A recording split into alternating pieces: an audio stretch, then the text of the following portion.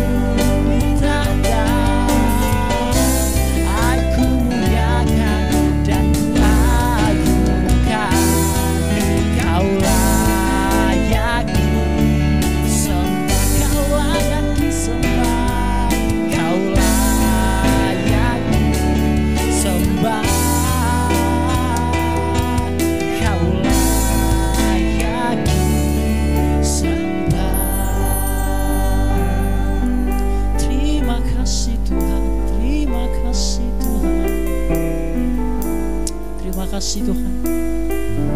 Kami serahkan ibadah kami ya Tuhan, dari awal hingga pada akhirnya, biarlah hanya nama-Mu yang dijunjung tinggi.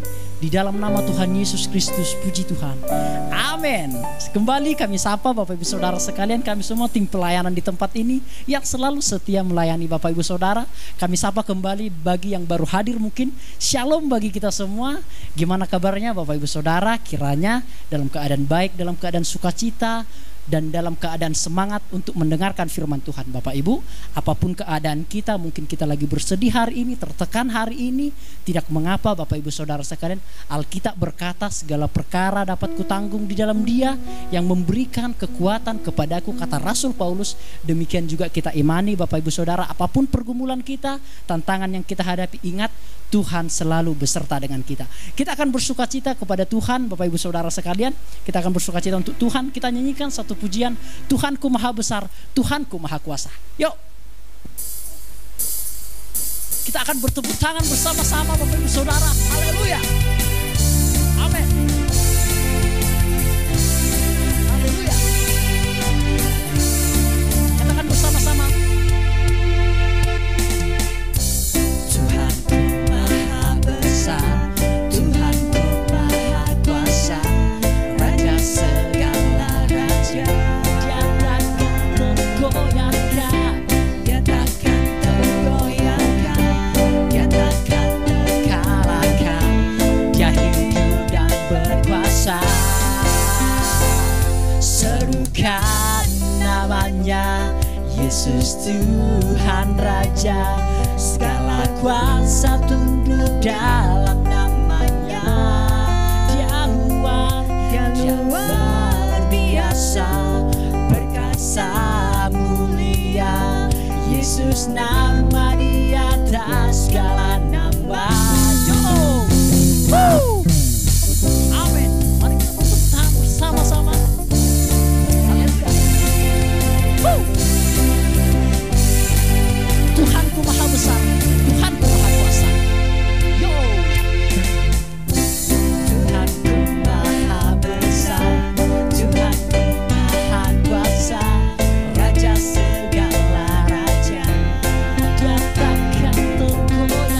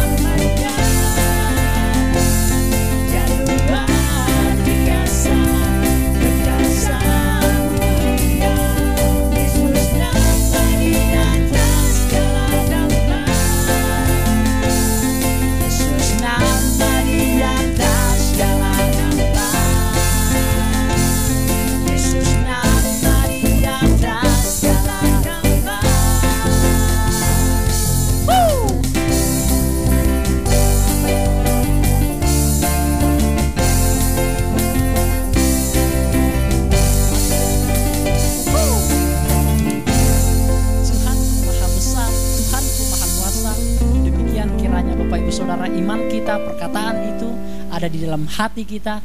Jikalau Tuhan Maha Besar, Tuhan Maha Kuasa, maka Dia akan senantiasa juga melindungi dan menyertai kita, Bapak Ibu Saudara sekalian. Mari Bapak Ibu, kita tadi sudah memuji memuliakan nama Tuhan. Tiba saatnya kita akan mendengarkan taburan firman Tuhan yang akan disampaikan oleh hambanya. Kiranya kita persiapkan hati kita, tanah hati yang baik untuk ditaburi oleh firman Tuhan.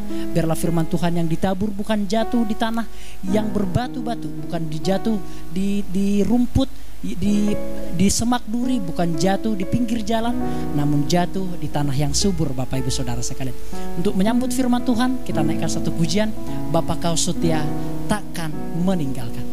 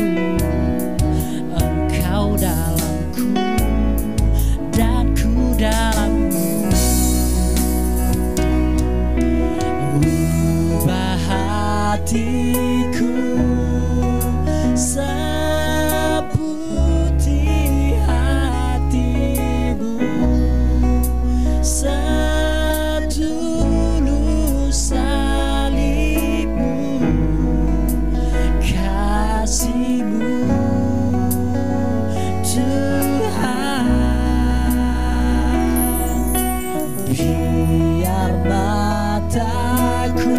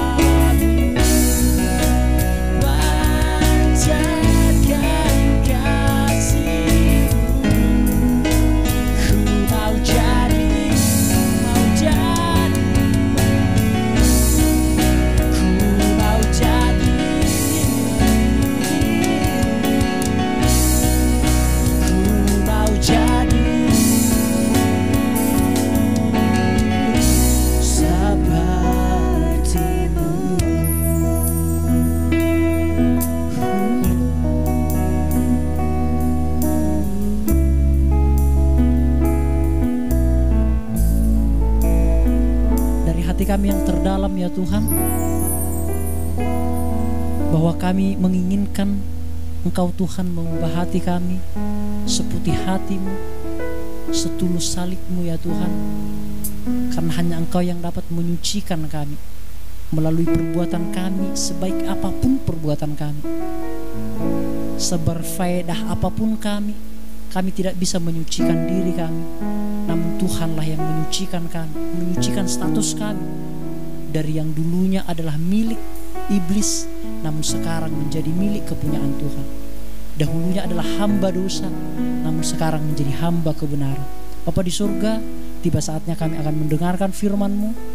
Tuhan berkati hamba-Mu yang Tuhan sudah persiapkan untuk menyampaikan firman-Mu. Kiranya tabungan firman Tuhan yang kami dengar bersama-sama dapat tertanam dalam hati kami, berakar, bertumbuh dan berbuah, sehingga boleh menjadi berkat bagi sesama. Terima kasih Bapa di surga, terima kasih. Kiranya ya Tuhan kami mendengarkannya seperti melihat pelita di tengah-tengah kegelapan. Bapa di surga, kami persiapkan hati kami dan akan kami sambut firman-Mu dengan penuh sukacita. Di dalam nama Tuhan Yesus. Haleluya. Amin. Untuk kesempatan selanjutnya, saya serahkan kepada Bapak Gembala kita. Selamat mendengarkan.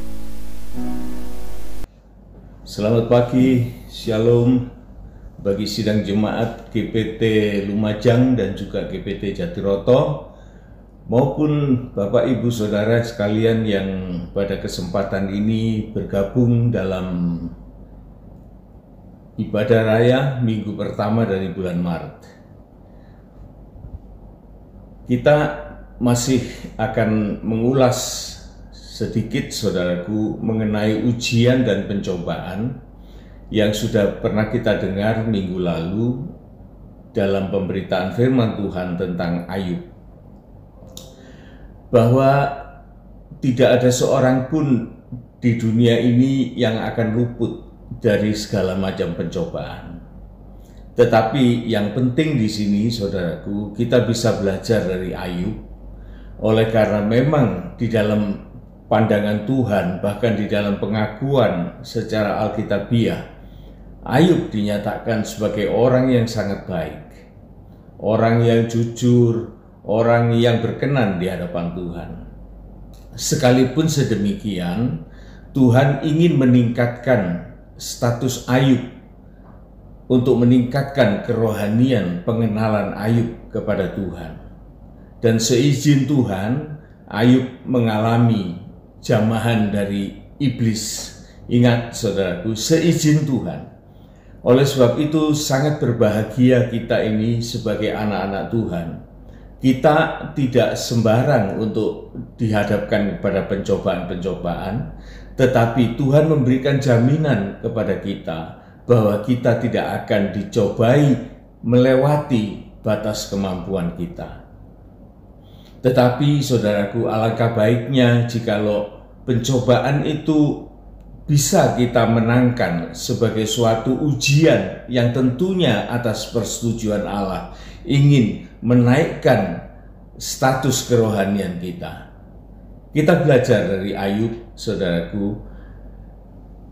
Ayub dalam masa-masa ujian yang dia alami, pencobaan yang sangat berat, Ayub menyatakan diri secara teguh. Dia mengatakan, karena Allah itu tahu jalan hidupku. Seandainya Allah itu menguji aku. Nah ini saudaraku. Jadi dia mengalami ujian. Aku akan timbul seperti emas. Nah ini pendirian seorang anak Tuhan, saudaraku, yang betul-betul mempunyai kualitas yang baik dan kemudian mempunyai suatu keyakinan, keteguhan yang baik di dalam menghadapi ujian. Dia menyatakan bahwa silahkan, apabila aku diuji, maka justru aku akan muncul sebagai emas. Ini merupakan suatu pelajaran buat kita, saudaraku, supaya kita bisa mengerti segala rencana Tuhan. Dan Tuhan melindungi Ayub ini, saudaraku, supaya dia tidak melampaui batas kekuatannya. Maka Allah sangat memperhatikan setiap reaksi dari Ayub. Coba kita lihat di dalam keputusasaannya, Ayub mengatakan apa? Kita lihat di dalam Ayub pasal 30 ayat 20, dia mengatakan, aku berseru minta tolong kepada Tuhan, kepadamu, tetapi engkau tidak menjawab. Aku berdiri menanti, tetapi engkau tidak menghiraukan aku. Engkau menjadi kejam terhadap aku. Engkau memusuhi aku dengan kekuatan tanganmu. Engkau mengangkat aku ke atas angin, melayangkan aku dan menghancurkan aku di dalam angin ribut. Saudara, inilah keluh kesah Ayub di dalam penderitaannya yang luar biasa itu. Dia sudah merasa sepertinya dia sudah mengatakan Tuhan itu begitu kejam. Dan kita tahu, saudaraku, Tuhan tidak membiarkan hal ini berlarut-larut. Tetapi Tuhan segera datang dan menyelesaikan segala urusan yang dialami oleh Ayub.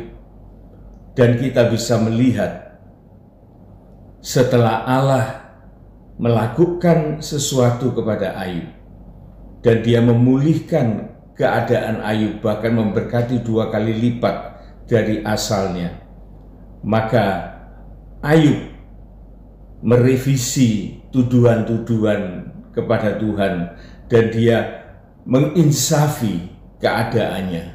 Dan dia menikmati suatu pembaharuan di dalam rohaninya.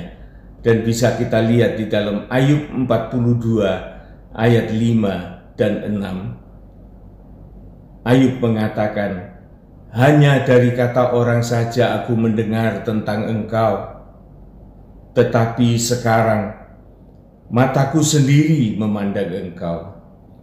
Oleh sebab itu, aku mencabut perkataanku dan dengan menyesal aku duduk dalam debu dan abu.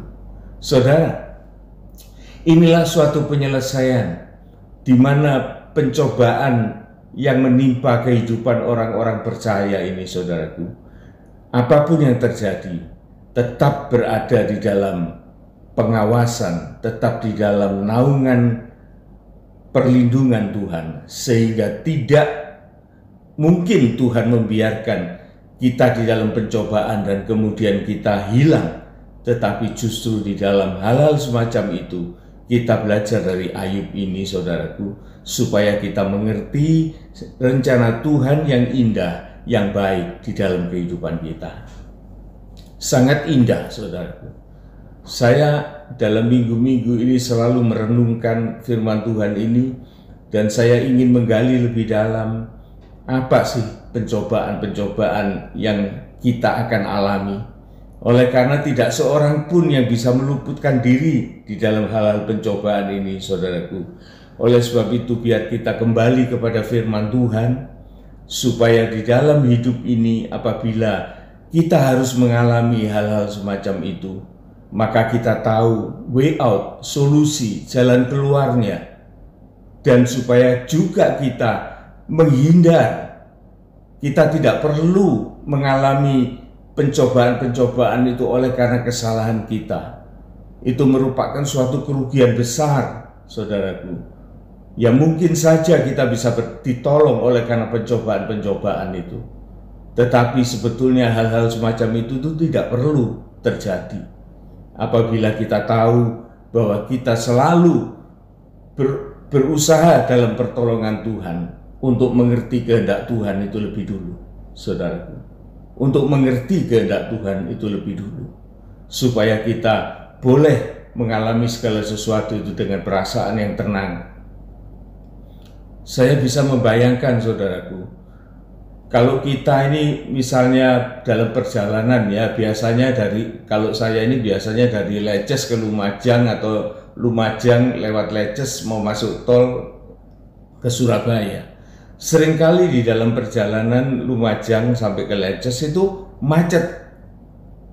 Tapi kalau misalnya saya tahu itu macetnya karena ada kendaraan padat, hati itu tenang, tidak ada masalah. karena saya bisa memprediksi itu berapa menit lagi ini sudah akan lolos. Tetapi kalau antrian macet itu panjang dan kemudian saya tidak bisa tahu, tidak bisa mengerti apa yang membuat macet ini, kegelisahan itu luar biasa, saudara. Sampai kapan ya hal ini terjadi? Nah, demikian juga dengan pencobaan itu. Semacam Ayub ini, dia nggak tahu kapan itu selesainya. Kalau dia tahu, saudaraku, Ayub nggak akan sampai frustasi. Tetapi karena itu adalah rahasia Allah, maka Ayub nggak mengerti. Tetapi Tuhan tetap mengasihi Ayub.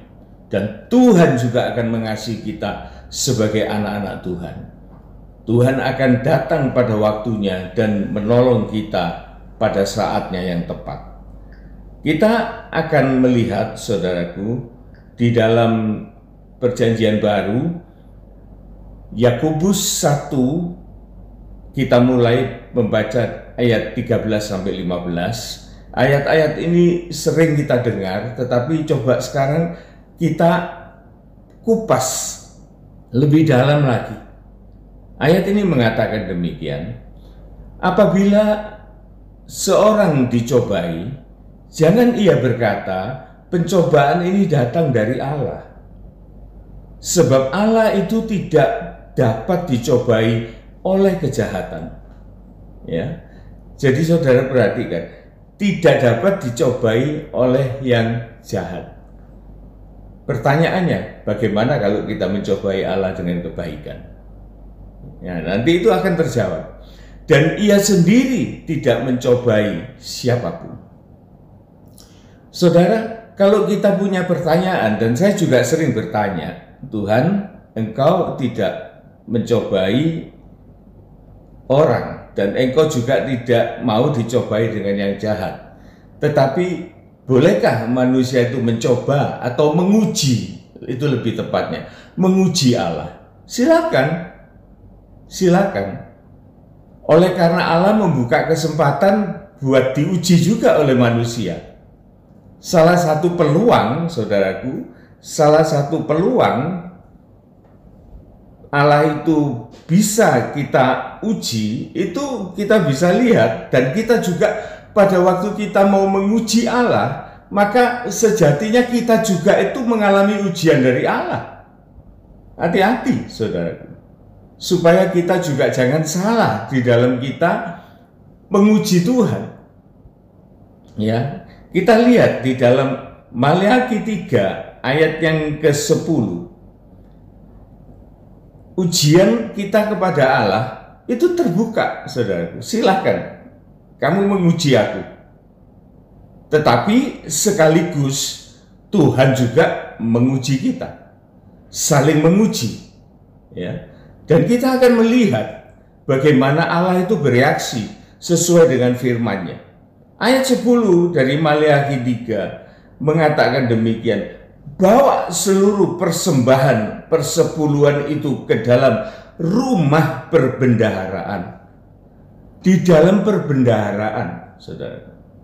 Nah, ini seringkali terselewengkan di dalam kantong hamba Tuhan.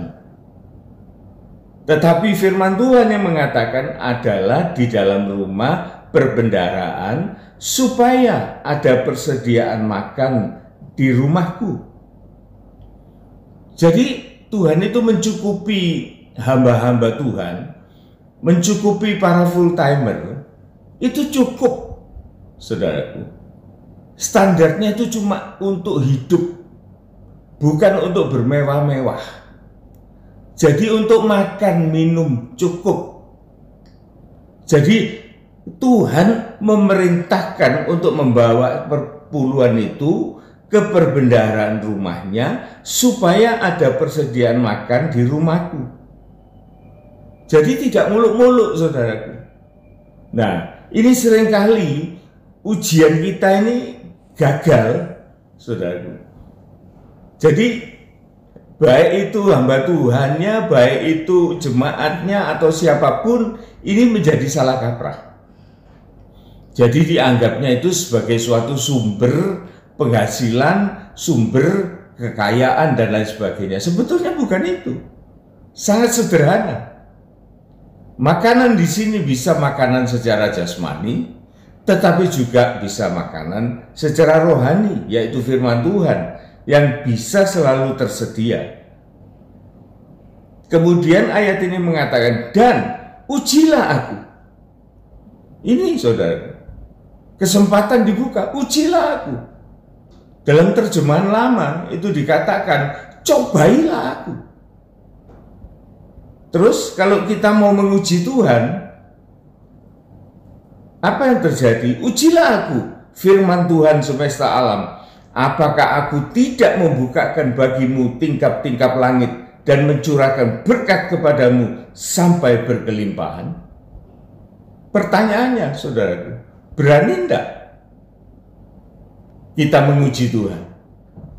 Kan seringkali kita tidak ada keberanian. Kita berlaku pelit, kita berlaku tidak jujur kepada Tuhan. Jadi saudaraku, Tuhan itu memang mengatakan bahwa dia tidak mencobai manusia dan dia juga tidak dicobai dalam kejahatan. Tetapi kalau dia mau diuji, oleh karena dia juga menguji manusia, silakan. Beranikah kita menghadapi hal semacam ini? Ya. Jadi inilah sifat Tuhan, saudaraku. Dan kemudian kita melihat ayat yang kejadian yang berikutnya. Tetapi ini kejadian yang negatif. Menguji Tuhan, mencobai Tuhan. Ceritanya seperti Ananias dan Safira. Hati-hati itu. Oleh karena dia membuat suatu persepakatan yang buruk di dalam kehidupan suami istri ini. Dan dia mau memanipulasi, dia mau mengkorup apa yang sudah dia janjikan kepada Tuhan. Dia mencobai Tuhan dengan hal semacam itu. Dua-duanya mati spontan. Ini sangat berbahaya, saudaraku. Kita jangan mencobai Tuhan. Kalaupun kita mau menguji Tuhan, saudaraku, hati-hati. Oleh karena di dalam menguji Tuhan, kita pun juga akan diuji oleh Tuhan. Nah, jadi kita sudah tahu bagaimana kita bersikap di hadapan Tuhan. Kemudian ayat yang ke-14 dari Yakobus 1 ini menjelaskan kepada kita, tetapi tiap-tiap orang dicobai oleh keinginannya sendiri, karena ia diseret dan dipikat olehnya. Jadi dari firman Tuhan ini, saudaraku, kita bisa belajar bahwa pencobaan-pencobaan atau penderitaan-penderitaan yang dialami manusia itu oleh karena keinginan. Manusia itu justru diberi keinginan oleh Tuhan. Dan manusia itu tidak salah untuk menjalankan keinginan. Melewati kehendak bebas lah, ini yang bahaya. Jadi keinginannya ini boleh diberi, kehendak bebasnya ini juga harus berdasarkan takaran dari keinginan-keinginan yang terkendali, saudaraku. Tuhan tidak menciptakan manusia ini seperti robot, tetapi Tuhan memberikan keinginan, memberikan kehendak. Tetapi Tuhan berpesan, nyatakan segala keinginanmu atau kehendakmu itu di dalam doa dan permohonan, disertai dengan ucapan syukur, supaya kita bisa membatasi keinginan-keinginan. Saudara, sejatinya, saudaraku, keinginan manusia ini memang bisa dipilah-pilah.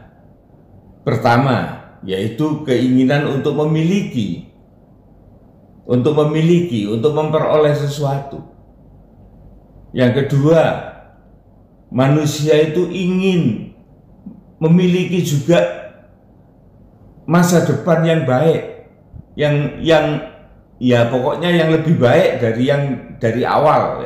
Itu normal, itu okay, tidak ada masalah. Kemudian manusia itu juga ingin bahwa dia itu diakui keberadaannya. Nah ini saudara, diakui. Ini kalau orang ini sampai di sini, ini paling berbahaya, ini ingin diakui. Kalau kebablas bisa eksentrik. Jadi kita bisa tahu saudaraku, beberapa orang yang bisa bersikap aneh supaya ia dikenal, supaya ia bisa dianggap khusus, aneh-aneh, nyentrik. Saudara bisa lihat beberapa orang yang terkenal di dunia ini, aneh-aneh. Kemudian orang itu juga mengharapkan perasaan yang aman di dalam hidupnya. Dan kemudian yang kelima adalah pemuasan dari kebutuhan-kebutuhan biologis. Jadi manusia itu membutuhkan kebahagiaan. Nah ini semua wajar saudaraku. Tetapi jikalau salah satu dari 5 keinginan ini tidak terpenuhi, maka manusia itu akan berubah sifatnya. Dan ini menjadi sangat berbahaya. Baik saudaraku, kita sekarang akan memilah satu persatu bagaimana dengan keinginan ini. Keinginan ini saudaraku, sekalipun itu merupakan sesuatu yang dihalalkan saudaraku, tetapi ini juga kita harus mengerti bahwa Tuhan tidak ingin manusia ini mengumbar keinginannya. Oleh sebab itu di dalam kitab Keluaran, di dalam 10 perintah Tuhan, salah satu dari perintah itu yang terakhir di dalam Keluaran 20 ayat 17 mengatakan, jangan mengingini rumah sesamamu, jangan mengingini istri sesamamu, atau hamba laki-laki, atau hamba perempuannya, atau lembunya, atau keledainya, atau apapun yang dipunyai sesamamu. Jadi ada pembatasan saudaraku, supaya keinginan itu tidak menyeret-nyeret kita kepada perbuatan-perbuatan dosa. Oleh karena jelas firman Tuhan mengatakan, tiap-tiap orang itu dicobai oleh keinginannya sendiri. Ia diseret, dipikat, dan untuk menjadi binasa. Tetapi Tuhan itu sudah terlebih dahulu, saudaraku, memberi warning kepada kita, supaya kita tahu bagaimana kita memanfaatkan keinginan-keinginan itu untuk menjadi baik dalam kehidupan kita. Nah, di sini saya melihat saudaraku, kehendak bebas manusia itu, jadi keinginan-keinginan manusia itu seharusnya disadari oleh manusia itu sendiri. Ini yang seringkali manusia tidak mau menyadari. Firman Tuhan mengingatkan kepada kita, kehendak bebas atau keinginan-keinginan manusia itu seharusnya manusia itu sendiri bisa mengantisipasi, bisa mengendalikan. Jadi bisa mengendalikan dengan cara apa? Saling mengingatkan. Saling mengingatkan. Oleh karena manusia itu tidak bisa sendirian, saudara. Di dalam Amsal 18 ayat yang ke-1, kita bisa melihat di sana, orang yang menyendiri itu nanti jadi bodoh, jadi bebal. Dan orang yang suka menyendiri, orang itu juga gampang tersinggung, sehingga dia malah lebih lama lebih tidak punya kawan. Ini orang yang suka menyendiri.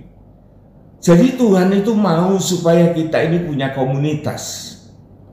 Komunitas kita, saudaraku, ini akan menolong kita untuk kita boleh saling mengingatkan apalagi di dalam komunitas anak-anak Tuhan, di dalam ibadah.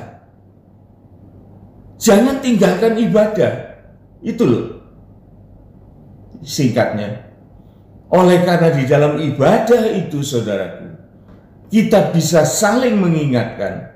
Bahkan firman Tuhan, Roh Kudus bisa memberikan satu solusi buat kita, supaya kita jangan terjerumus di dalam keinginan-keinginan yang menyeret kita, yang akan membinasakan kita. Kita lihat di dalam Ibrani 10 ayat 24. Dan marilah kita saling memperhatikan, supaya kita saling mendorong dalam kasih dan di dalam pekerjaan baik. Ini kita berada di dalam suatu komunitas.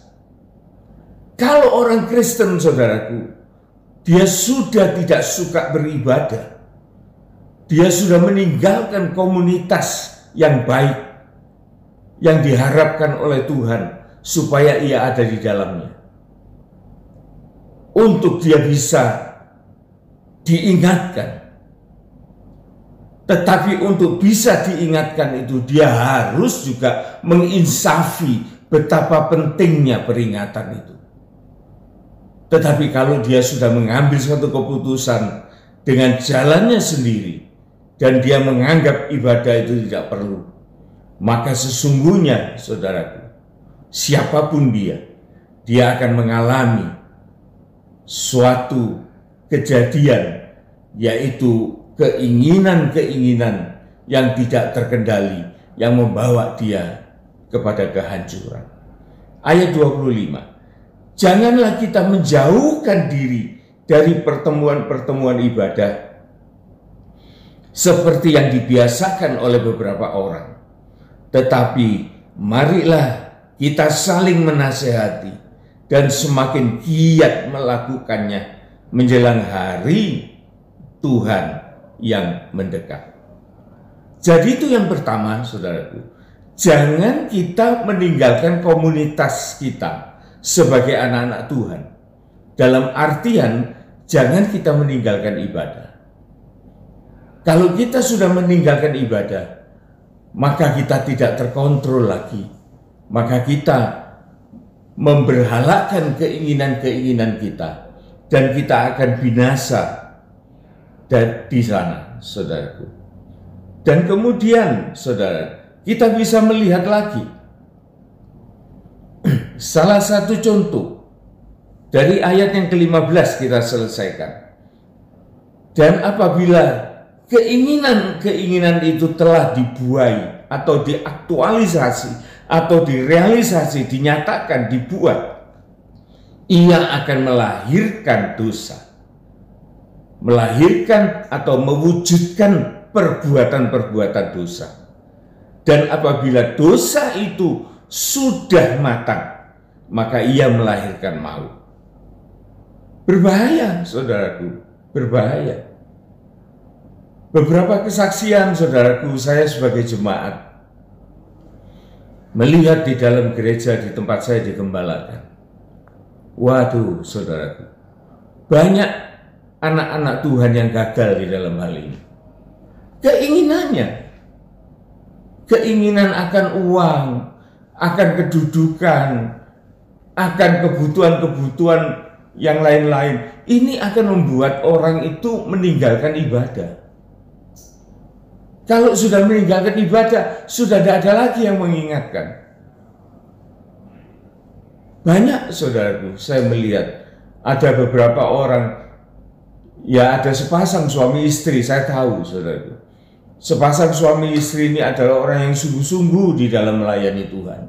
Di gereja dia adalah orang yang terpandang. Pada suatu saat di dalam bisnisnya, dia mengejar keuntungan itu sampai di luar pulau. Ternyata sampai di luar pulau, dia mempertaruhkan segala kapitalnya, mempertaruhkan segala modalnya. Ternyata dia gagal di sana. Dari kegagalan itu, saudaraku, dia marah kepada Tuhan. Tetapi tidak ada yang ingatkan. Dia marah kepada Tuhan. Dan kemarahan ini, saudaraku, sangat jahat di mata Tuhan. Dia keluar dari gereja. Dia pindah kepada berhala-berhala yang lain. Dan dia pergi mengunjungi ke salah satu berhala. Dan dia mau minta kekayaannya itu untuk kembali. Saudara, dia adalah seorang anak Tuhan. Tetapi apa yang terjadi? Dari perjalanan dia menuju ke rumah berhala itu, di tengah jalan, Tuhan izinkan celaka. Dan 2 orang ini meninggal, suami istri. Suatu misteri, saudaraku.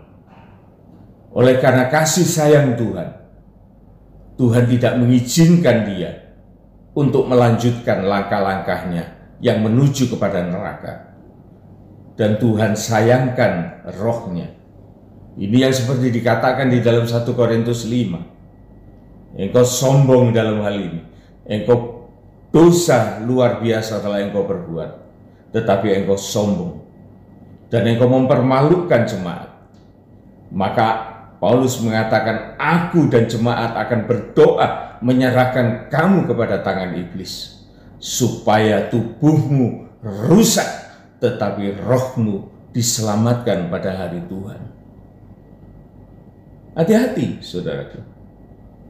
Jadi kita perlu ada komunitas, jangan meninggalkan ibadah. Ada hal yang penting, saudaraku, yang perlu saya fokuskan dan saya berikan contoh di dalam hal ini.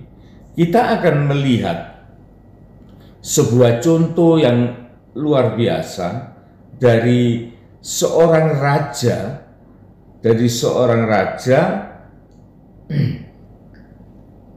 Raja Israel, ya. Kita lihat, saudara, di dalam 1 Raja-Raja pasal 21. Mungkin cerita ini sudah pernah saudara dengar atau belum, tetapi saya ingin memfokuskan cerita firman Tuhan ini untuk menjadi pelajaran buat kita. Kita lihat di dalam 1 Raja pasal 21 ayat 1. Sesudah itu terjadilah hal yang berikut. Nabot, orang Yizriel, mempunyai kebun anggur di Yizriel, di samping istana Ahab, raja Samaria. Berkatalah Ahab kepada Nabot, berikanlah kepadaku kebun anggurmu itu, supaya kujadikan kebun sayur, sebab letaknya dekat rumahku.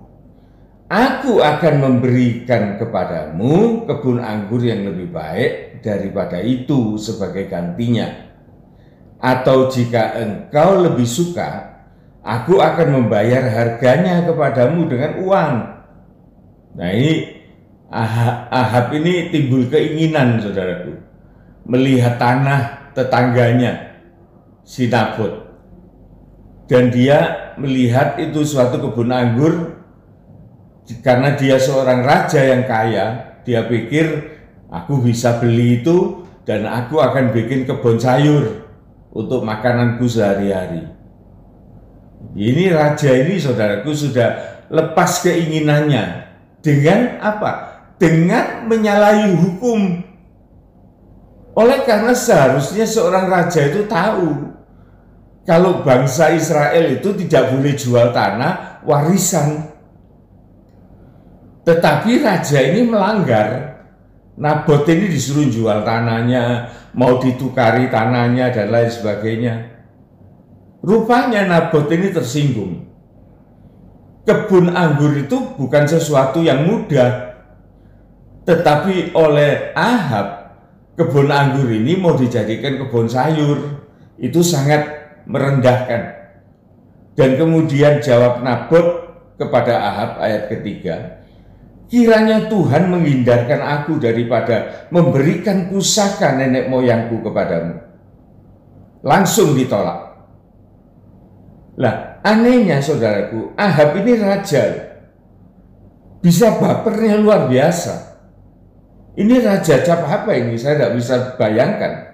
Ayat keempat, lalu masuklah Ahab ke dalam istananya dengan kesal hati dan gusar karena perkataan yang dikatakan oleh Nabot orang Yisrael itu kepadanya.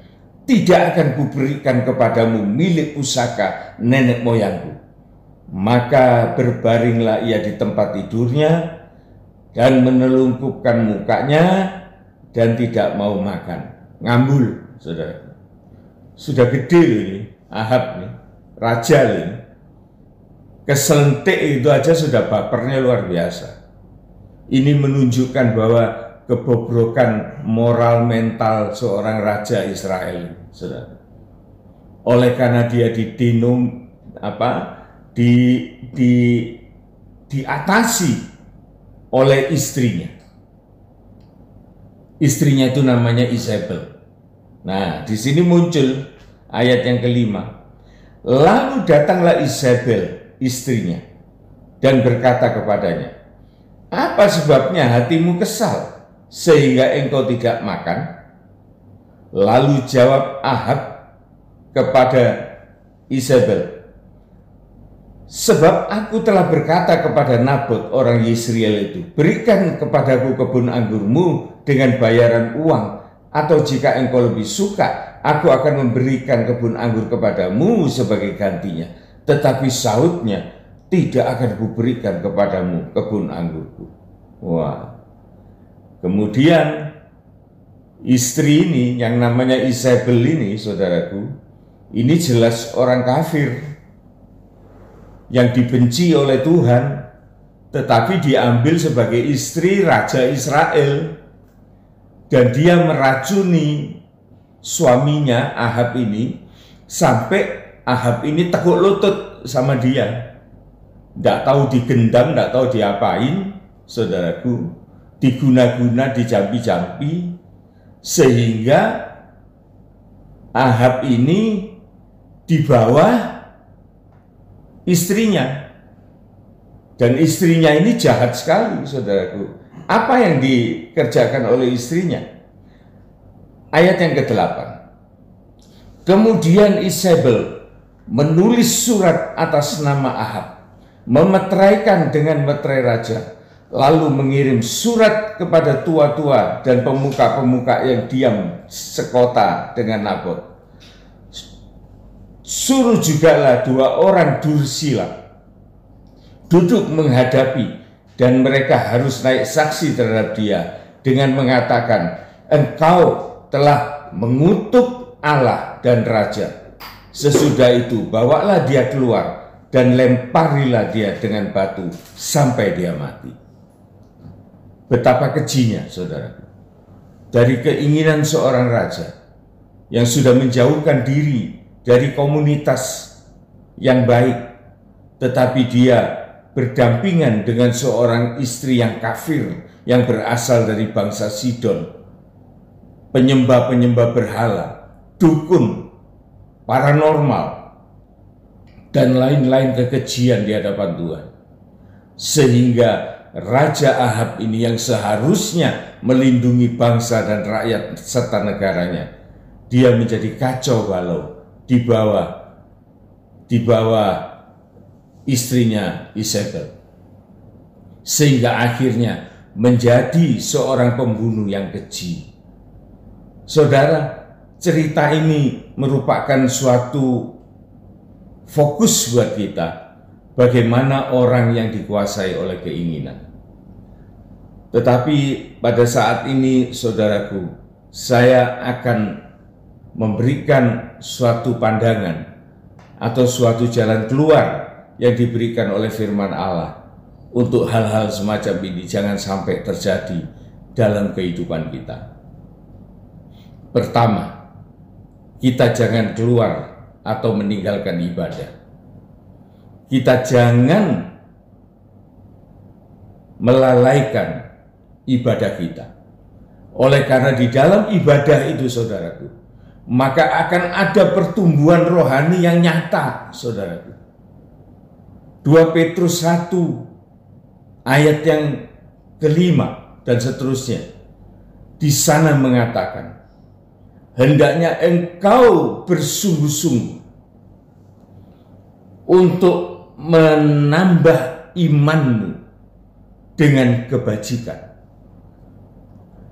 Kalau kita beribadah itu, saudaraku, pertama-tama iman kita dikuatkan oleh firman Tuhan.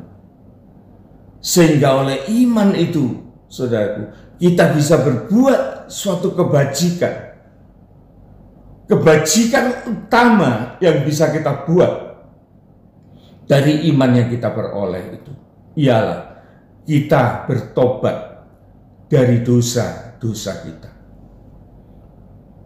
Kita akan bisa memperbaiki diri oleh karena iman itu akan membuat kita mampu untuk menjadi orang yang menyesali segala keburukan atau kejahatan kita, sehingga kita tidak sampai kepada keinginan-keinginan yang jahat. Itu pun juga belum cukup, saudara. Firman Tuhan itu mengatakan iman itu ditambah dengan kebajikan. Kebajikan itu ditambah dengan pengetahuan. Pengetahuan ini, saudaraku, kita membutuhkan Roh Kudus untuk kita mengenali Allah itu dengan tepat. Oleh karena siapa yang bisa mengenali Allah untuk memberitahukan kepada kita kalau bukan Roh Allah itu sendiri? Oleh sebab itu kita membutuhkan Roh Kudus. Ini serius, saudaraku. Ini bukan masalah sembarangan. Jikalau saudara beribadah, maka pertumbuhan rohani itu sampai kepada pengenalan atau pengetahuan tentang Allah, maka saudara akan masuk di dalam jajaran pelayanan pekerjaan Tuhan. Maka 2 Petrus 1 ini melanjutkan, ditambah lagi pengetahuan tentang Allah itu, ditambah lagi dengan apa? Penguasaan diri.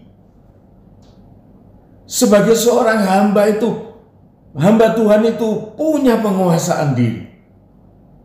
Bagaimana mungkin seorang hamba Tuhan itu tidak punya penguasaan diri? Marah-marah, maki-maki, berkelahi, mukulin orang, nempeleng istri. Tak mungkin itu terjadi, saudaraku. Bagaimana seorang hamba Tuhan tidak punya penguasaan diri? Ngumbar panca inderanya untuk hal-hal yang negatif. Tidak mungkin itu. Jikalau ia tidak bertumbuh ke arah yang baik, maka dia tidak sampai kepada penguasaan diri. Dari penguasaan diri itu pun masih ditambah dengan ketekunan. Ketekunan itu masih ditambah dengan kesalehan. Dan kesalehan itu ditambah, disempurnakan dengan kasih, dengan perbuatan-perbuatannya. Ini yang dibutuhkan, saudaraku. Jadi di dalam ibadah itu ada suatu kekuatan yang merubah kita untuk punya pengendalian diri. Demikian juga dengan Roh Kudus itu, saudaraku. Kita lihat di dalam Galatia 5. Galatia 5. Di sana dikatakan ayat 22, tetapi buah roh ialah kasih, sukacita, damai sejahtera, kesabaran, kemurahan, kebaikan, kesetiaan, kelemah lembutan, kemudian penguasaan diri. Tidak ada hukum yang menentang hal-hal semacam itu. Jadi manfaat dari buah roh itu, saudaraku, salah satunya ialah penguasaan diri. Jadi jikalau kita ingin, saudaraku, supaya kita tidak terperosok, terbawa, terseret dengan keinginan-keinginan yang jahat itu, saudaraku. Solusinya ialah jangan meninggalkan ibadah. Minta Roh Kudus itu berbuah di dalam kehidupan kita, saudaraku. Minta, saudaraku. Minta. Yakinkan bahwa kita memiliki Roh Kudus di dalam kehidupan kita. Kalau saudara minta, saudaraku ya, Tuhan itu tidak mempersulit kita untuk menerima Roh Kudus. Terus terang kita memang mengakui kita banyak salah. Gereja ini banyak salah, saudara. Tetapi perlahan-perlahan kita juga mengerti bahwa Roh Kudus itu bukan sesuatu yang Tuhan persulit untuk kita menerima. Dulu saya waktu masih muda, saudaraku, saya sering mengikuti acara-acara kepenuhan Roh Kudus. Waduh, saudaraku, disuruh berdoa sampai tidak karu-karuan. Disuruh ngomong, ngikutin pendetanya ngomong. Ya tidak ngerti, saudaraku, dan saya juga tidak mau. Apa saya ngikuti kayak ginian? Saya kepingin yang betul. Apa itu Roh Kudus? Disuruh ngikuti, saya ya cuek aja. Ya tidak bisa. Kemudian manggil pendeta dari luar negeri. Waduh, pakai trompet supaya Roh Kudus hadir. Wih, sampai telinga saya dublek. Saya pikir ini apa-apaan ini ya. Tetapi tidak berhasil, saudaraku. Tetapi saya juga melihat ada teman-teman yang berhasil. Tetapi belakangan saya pikir ini tidak berhasil sebetulnya. Ini emosionalnya aja yang dibakar. Jadi karena emosi, kemudian dia melakukan hal-hal yang semacam itu. Atau dia sudah kadung malu gitu. Ya sudah, dia ngikuti itu. Tetapi saya terus terang, saudaraku, saya masih meragukan hal itu. Saya pikir, masa kayak gini sih gitu. Dan betul, saudara. Saya menerima Roh Kudus. Dan saya juga mengucapkan bahasa-bahasa roh. Itu pada waktu saya mendengar firman Tuhan. Bukan waktu acara macam-macam. Tetapi pada waktu saya menyimak seorang hamba Tuhan memberitakan firman Tuhan, maka berita firman Tuhan itu masuk di dalam kehidupan saya, mempengaruhi pengertian, pemikiran dan perasaan saya, dan baru saya mengerti begitu hebatnya kasih Yesus, kasih Tuhan itu atas kehidupan saya secara pribadi. Pada saat itu, saya ingin memuji Tuhan. Pada waktu saya duduk, pada waktu saya mendengar firman Tuhan,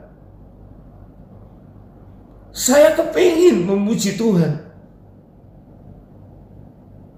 Bergejolak di dalam hati saya. Dan Tuhan mengambil alih mulut lidah saya. Dan saya mengucapkan kata-kata yang juga saya tidak mengerti apa yang saya ucapkan. Tetapi hati saya mengerti apa yang saya maui. Kata-kata saya tidak mengerti. Tetapi hati saya tahu apa yang saya mau. Saya memuji Tuhan. Jadi saudaraku, Roh Kudus itu mudah, tidak sulit, tidak dipersulit. Asal ada kesungguhan, keseriusan dari umat Tuhan untuk menyiapkan hati menerima firman itu di dalam ibadah, dan Roh Kudus itu akan dihadiahkan kepada kita, akan diberikan dengan berlimpah-limpah. Tuhan memberikan suatu analog, saudaraku, yang sangat-sangat mudah yang bisa kita mengerti. Kita lihat di dalam Lukas pasal yang ke-11 ayat yang ke-9. Ini suatu analog tentang Roh Kudus. Oleh karena itu aku berkata kepadamu, mintalah, maka akan diberikan kepadamu. Minta. Jadi kita harus berani minta, saudaraku. Jangan malu, jangan gengsi. Minta. Maka roh itu akan diberikan kepadamu. Carilah. Jadi kita harus aktif, saudaraku. Punya rasa kebutuhan sehingga kita mencari. Kalau kita tidak butuh, saudaraku, Tuhan tidak akan beri. Itu jelas, saudaraku. Roh Kudus itu sangat mulia. Dia diberikan kepada orang yang membutuhkan. Cari, maka kamu akan mendapat. Ketoklah, maka pintu akan dibukakan bagimu. Ayat 10. Karena setiap orang yang meminta akan menerima, dan setiap orang yang mencari akan mendapat, dan setiap orang yang mengetok baginya pintu dibukakan. Kemudian Tuhan mengatakan, Bapak mana di antara kamu, jika anaknya minta ikan daripadanya, akan memberikan ular kepada anak itu ganti ikan? Atau jika anak itu minta telur, bagaimana bapak itu memberikan kepadanya kalajengking? Jadi jika kamu yang jahat tahu memberi pemberian yang baik kepada anak-anakmu, apalagi bapakmu yang di sorga, ia akan memberikan apa? Memberikan Roh Kudus kepada mereka yang meminta kepadanya. Saudara, masihkah kita ragu terhadap segala kebaikan Tuhan? Oleh sebab itu, saudaraku, sebagai konklusi dari seluruh apa yang kita bicarakan pada pagi hari ini, sangat serius bahwa keinginan itu memang ada pada setiap manusia, dan itu wajar. Dan keinginan itu bisa dipilah-pilah. Tetapi kalau keinginan itu, saudaraku, tidak terkendali, maka kita terutama sebagai pemimpin, mungkin pemimpin rumah tangga, pemimpin perusahaan, atau pemimpin gereja, atau pemimpin apa saja, keinginan itu akan menjadi suatu jalan kehancuran. Apalagi kalau kita ini punya pendamping yang tidak rohani sama sekali, matilah kita di situ. Sudah teman-teman yang rohani tidak ada, tak pernah pergi gereja, di rumah suami istri juga keplek, tidak mau berusaha untuk mengenali Tuhan dengan baik, malah meninggalkan gereja, meninggalkan ibadah, itu lebih tepatnya. Maka tidak ada pertumbuhan rohani. Padahal pertumbuhan rohani itu pada suatu titik dia akan menunjukkan kuasa penguasaan diri atas kehidupan kita. Dan juga Roh Kudus itu yang akan menempati hati kita. Dia juga akan memerintahkan segala apa yang baik di dalam kehidupan kita. Dia memerintah diri kita, dipimpin oleh Roh sebagai anak-anak Tuhan. Inilah, saudaraku, yang paling penting di dalam kehidupan kita beribadah kepada Tuhan, supaya kita menjadi dewasa dan tidak terseret-seret dan tidak digoda, ditipu oleh keinginan-keinginan yang hampa, sehingga hidup kita menjadi budak dosa. Tetapi kita dimerdekakan dan kita menjadi anak-anak Allah yang hidup. Roh kita bersaksi dengan Roh Kudus, dan kita punya pengendalian diri yang kuat. untuk mengatasi segala keinginan yang liar. Semoga kita menerima firman Tuhan pagi ini menjadi berkat bagi kita semua. Puji Tuhan. Amin. Bapak Ibu Saudaraku yang terkasih, kita baru saja mendengarkan firman Tuhan. Satu renungan yang sangat luar biasa buat kita sekalian, di mana Bapak Ibu kita sudah dengarkan bersama-sama. Biarlah kita senantiasa harus memacu diri kita untuk semakin dewasa di dalam Tuhan, supaya kita tidak meragukan Tuhan. Apa yang Tuhan buat untuk kita sekalian, kita tidak pernah meragukan itu, bahwa Tuhan adalah Allah yang baik. Kita tidak pernah meragukan itu semua. Jangan sampai karena keraguan kita mulai timbul keinginan-keinginan yang tidak baik, yang tidak berkenan kepada Tuhan, lalu kita mencoba segala sesuatu yang tidak berkenan kepada Tuhan, supaya kehidupan kita ini menurut kita akan lebih maju, tapi di hadapan Tuhan kita semakin merosot. Oleh sebab itu Bapak Ibu, ada saudara-saudara seiman, mari kita saling bersekutu, saling menguatkan, saling mendorong satu sama lain. Jangan biarkan rekan-rekan kita semakin jauh dari Tuhan. Ketika lihat sudah mulai jauh dari Tuhan, mari kita sama-sama tarik dia. Baiklah Bapak Ibu, saat ini kita juga akan bersama-sama melakukan perjamuan suci. Biarlah hati kita memang kita siapkan untuk Tuhan, supaya kita senantiasa layak di hadapan Tuhan. Mari Bapak Ibu, kita siapkan hati kita angkat pujian. Kasih Allahku sungguh telah terbukti.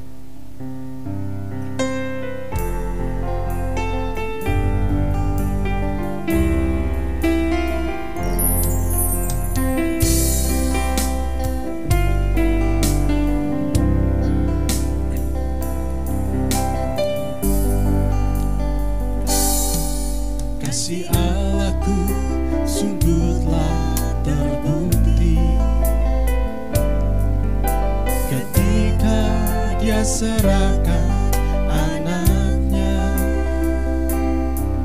Kasih Allah mau berkorban bagi kau dan aku. Tak ada kasih seperti kasih. Sekali lagi, kasih Allahku.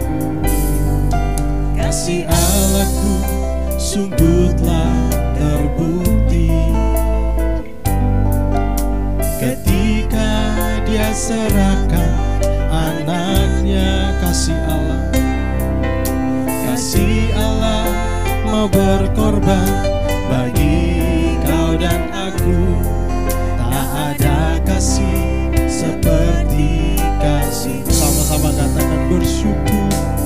Bersyukur, bersyukurlah, bersyukur karena kasih setiamu. Ku sembah, ku sembah, ku sembah, ku sembah dan ku sembah selama hidupku. Ku sembah. Sekali lagi, kasih Allahku. Bapak Ibu Saudara, kita siapkan perjamuan yang sudah dibagikan kepada kita.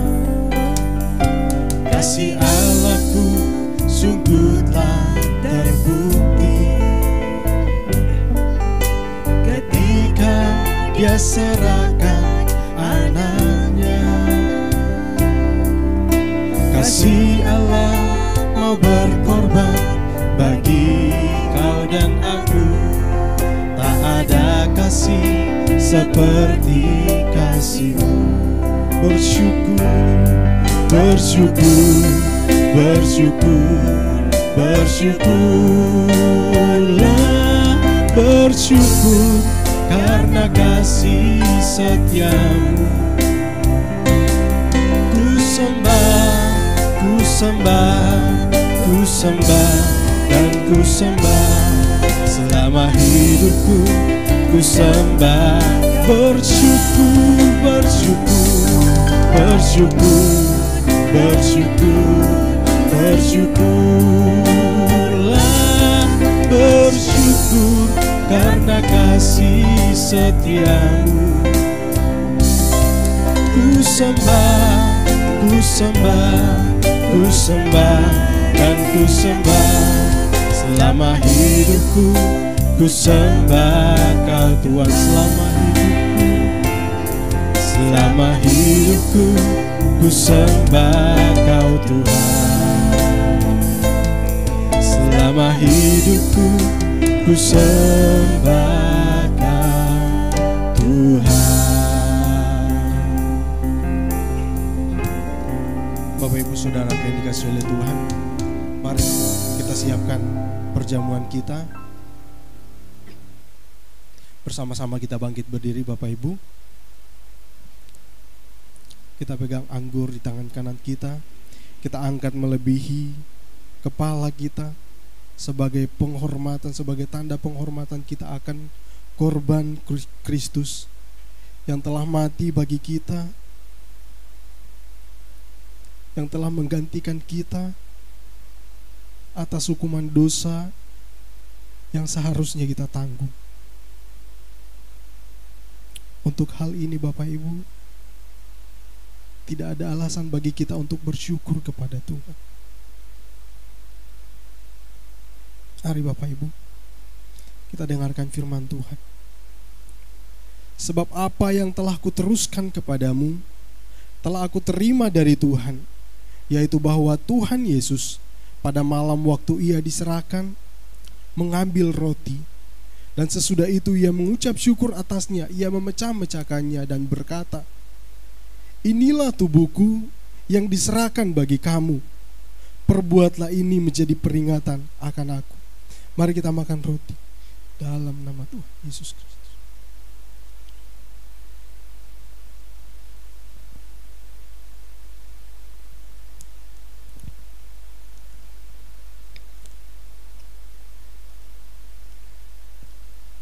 Mari kita angkat cawan lebih tinggi dari kepala kita.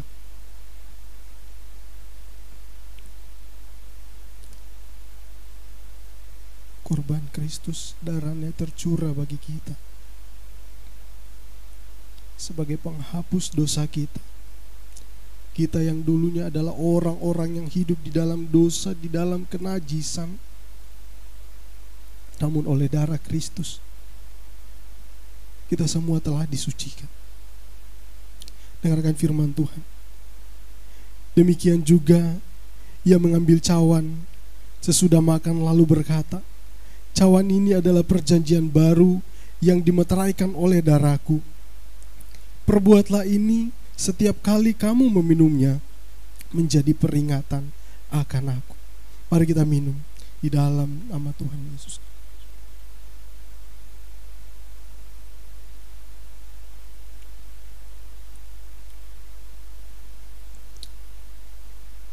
Sebab setiap kali kamu makan roti ini dan minum cawan ini, kamu memberitakan kematian Tuhan sampai Ia datang. Bapak Ibu yang terkasih, korban Kristus sungguh tiada duanya Bapak Ibu.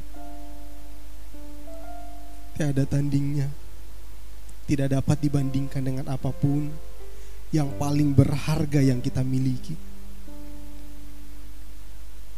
Sehebat apapun kita, tanpa Kristus yang telah berkorban untuk kita, kita hanya akan berujung kepada kebinasaan. Biarlah ini senantiasa melekat di dalam setiap hati dan pikiran kita. Kemanapun kita pergi, dimanapun kita berada, apapun yang kita lakukan, ingatlah bahwa kita adalah umat ketebusan Tuhan. Hiduplah sesuai dengan kehendak Tuhan, sebab kita adalah miliknya. Mari Bapak Ibu kita berdoa. Terima kasih Tuhan, kami bersyukur untuk firman-Mu yang telah kami dengarkan pada saat hari ini ya Tuhan. Dan terima kasih untuk firman-Mu yang sudah kembali mengingatkan kami, supaya kami bisa untuk mengekang setiap kehidupan kami, diri kami, dari keinginan-keinginan yang tidak sesuai dengan kehendak-Mu ya Tuhan. Terima kasih Tuhan, dan juga kami memohon kepadamu ya Tuhan, kiranya Tuhan Engkau membawa kami kepada kedewasaan demi kedewasaan ya Tuhan, supaya kehidupan kami bisa membedakan hal-hal yang berkenan kepada Tuhan dan yang tidak berkenan kepada Tuhan. Apa yang harus kami lakukan dan apa yang tidak pantas untuk kami lakukan. Terima kasih Tuhan, terima kasih.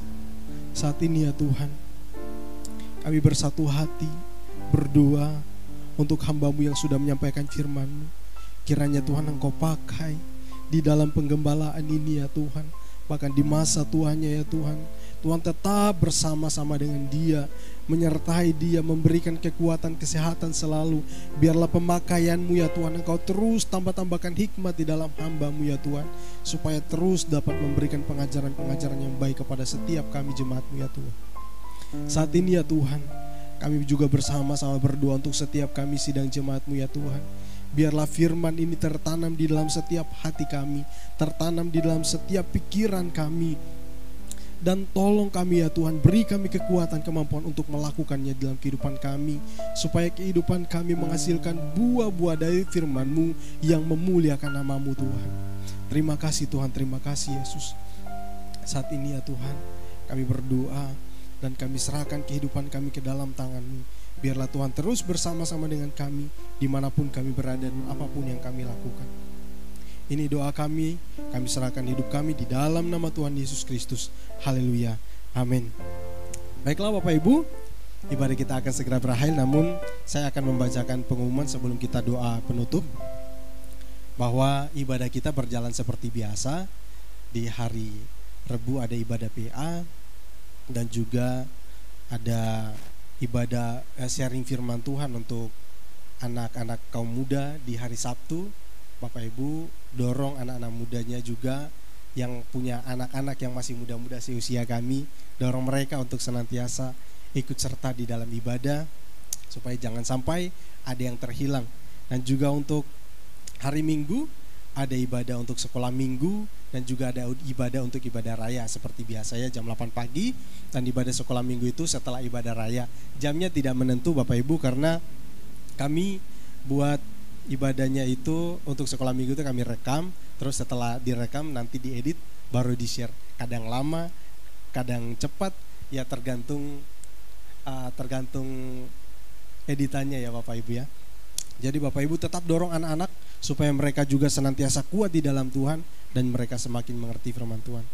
Baiklah Bapak Ibu, saya juga ingin sampaikan, jika ada dari antara Bapak Ibu Saudara sekalian yang ingin bersaksi, silakan hubungi kami, saya, Saudara Daud, atau bisa juga Saudara Ferry. Ya, nanti dibuatkan di dalam bentuk video, tidak masalah, silakan ya. Dan juga setiap hari Bapak Ibu, mungkin hari Senin sampai hari Sabtu itu ada sharing firman Tuhan singkat. Itu ada di grup Facebook GPT Renungan Pagi GPT Lumajang. Bapak Ibu bisa cari saja di sana, Bapak Ibu akan dapat. Dan selamat mendengarkan firman Tuhan, dan semoga kita semakin kuat di dalam Tuhan. Oke, untuk doa penutupnya saya serahkan kepada Saudara Daud. Ya Bapak Ibu Saudara, beberapa pengumuman lagi yang ingin saya tambahkan. Hari ini kita bersyukur Bapak Ibu Saudara sekalian, karena ada beberapa teman atau ada beberapa juga keluarga seiman kita yang berulang tahun. Ada Kak Olpi, selamat ulang tahun Kak Olpi. Kiranya Tuhan memberkati jodohnya. Amin, amin, amin, amin. Yang cantik, yang mulus ya. Oke, Tuhan memberkati kita, Tuhan mempertemukan dengan tulang rusuknya bro ya. Oke, hari ini juga kita berbahagia Bapak Ibu Saudara. Saudara Olpi berulang tahun tanggal 3 kemarin, 3 Maret. Dan juga ada Ibu Marta yang juga berulang tahun. Happy birthday buat Ibu Marta, tanggal 3 juga kemarin. Dan juga ada Ibu Irma yang hari Sabtu kemarin berulang tahun, tanggal 6 Maret.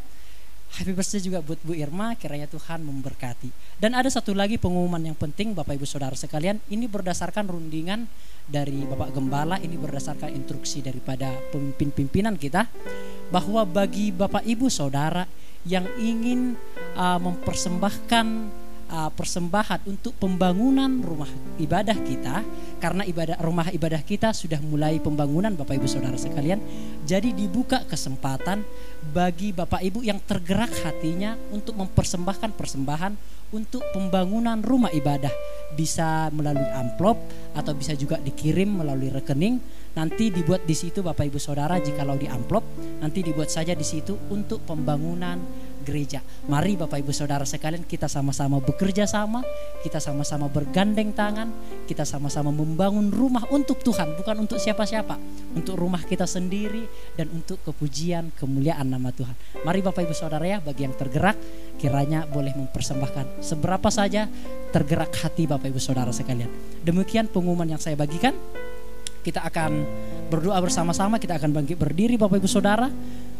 Bapa di surga, terima kasih Tuhan, kami sudah menyelesaikan ibadah kami dari awal hingga pada akhirnya. Biarlah semuanya untuk kepujian kemuliaan nama Tuhan. Kekurangan, kelemahan kami di dalam kami bermain musik atau melayani Tuhan, kiranya Tuhanlah yang menyempurnakan kami, kiranya Tuhanlah yang memampukan kami. Terima kasih Bapa di surga bagi sidang jemaat Tuhan yang sudah mendengarkan firman ini baik secara tunda ataupun live hari ini. Kiranya Tuhan memberkati mereka, memberkati pekerjaan, kesehatan keluarganya, Tuhan memberkati. Hari ini juga ya Tuhan, kami bersuka cita karena ada beberapa teman seiman kami, keluarga seiman kami yang bersuka cita, yaitu berulang tahun, yaitu ada Kak Olpi, ada Ibu Marta, ada Ibu Irma. Kami semua berdoa bersama-sama ya Tuhan untuk ketiga hamba-Mu ini. Kiranya Tuhan memberkati kesehatannya, kiranya Tuhan memberkati juga pekerjaannya, kiranya Tuhan memberkati pelayanannya, keluarganya yang jauh yang dekat, Tuhan memberkati. Kiranya perlindungan Tuhan, pertolongan Tuhan, damai sejahtera Tuhan melimpah bagi kehidupan hamba-hamba-Mu ini ya Tuhan. Terima kasih Bapa di surga, ada masa depan yang cerah, ada kehidupan yang cerah, ada penyertaan selama-lamanya di dalam tangan Tuhan. Terima kasih ya Tuhan, terima kasih. Berdoa juga bagi sidang jemaat yang mungkin sakit namun tidak kami ketahui, kiranya Tuhan yang memberkati, kiranya Tuhan yang menyembuhkan, kiranya Tuhan yang memulihkan. Kami semua juga ya Tuhan yang ada di tempat ini, yang sudah melayani, yang sudah berkorban waktu, pemikiran, perasaan, Tuhan juga yang memberkati kami, yang memberikan kami damai sejahtera, penyertaan yang daripada Tuhan. Bapa di surga, Tuhan juga ya Tuhan yang memberkati sidang jemaat-Mu dimanapun berada, yang tidak bisa kami sebutkan satu persatu, kiranya Tuhan yang memberkati. Terima kasih ya Tuhan, terima kasih. Berkat yang daripada Allah Bapa, cinta kasih sayang daripada Tuhan Yesus Kristus, persekutuan Roh Kudus memberkati kami sekalian baik hari ini, besok sampai Maranatha Tuhan Yesus datang kembali. Kami pulang di dalam nama Tuhan Yesus Kristus. Puji Tuhan. Amin. Kita nyanyikan satu pujian. Yuk. Sebagai penutup Bapak Ibu Saudara, kita akan bersuka cita bagi Tuhan. Amin. Tuhanku Maha Besar.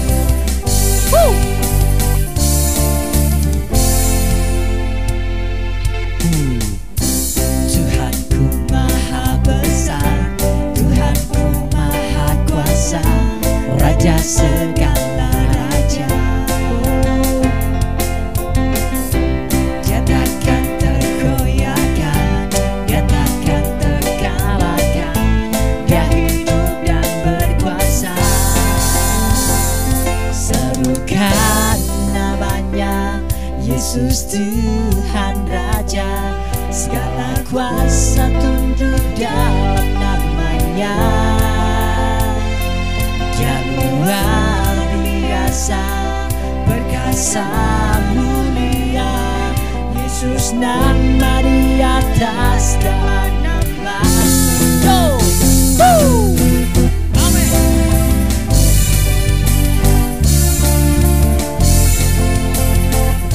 Tuhanku Maha Besar, Tuhanku Maha Kuasa.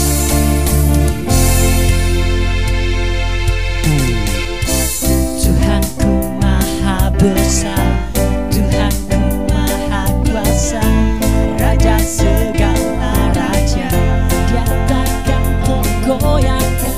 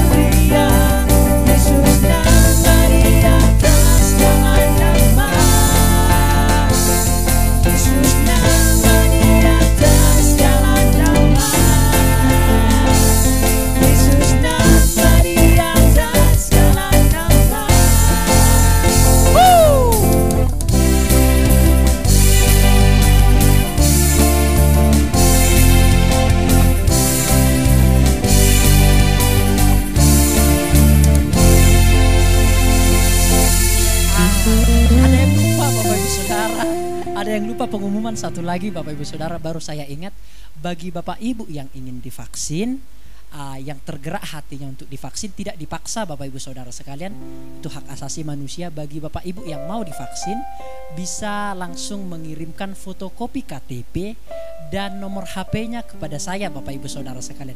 Nanti akan saya langsung daftarkan kepada pengurus BKSAG supaya didaftarkan juga nanti kepada pusat untuk divaksin bersama-sama Bapak Ibu Saudara. Demikian pengumuman terakhir yang saya bagikan. Tetap semangat, jaga kesehatan, dan jangan lupa berdoa, dan jangan lupa minum vitamin, dan jangan lupa minum air hangat. Tuhan Yesus memberkati. Shalom.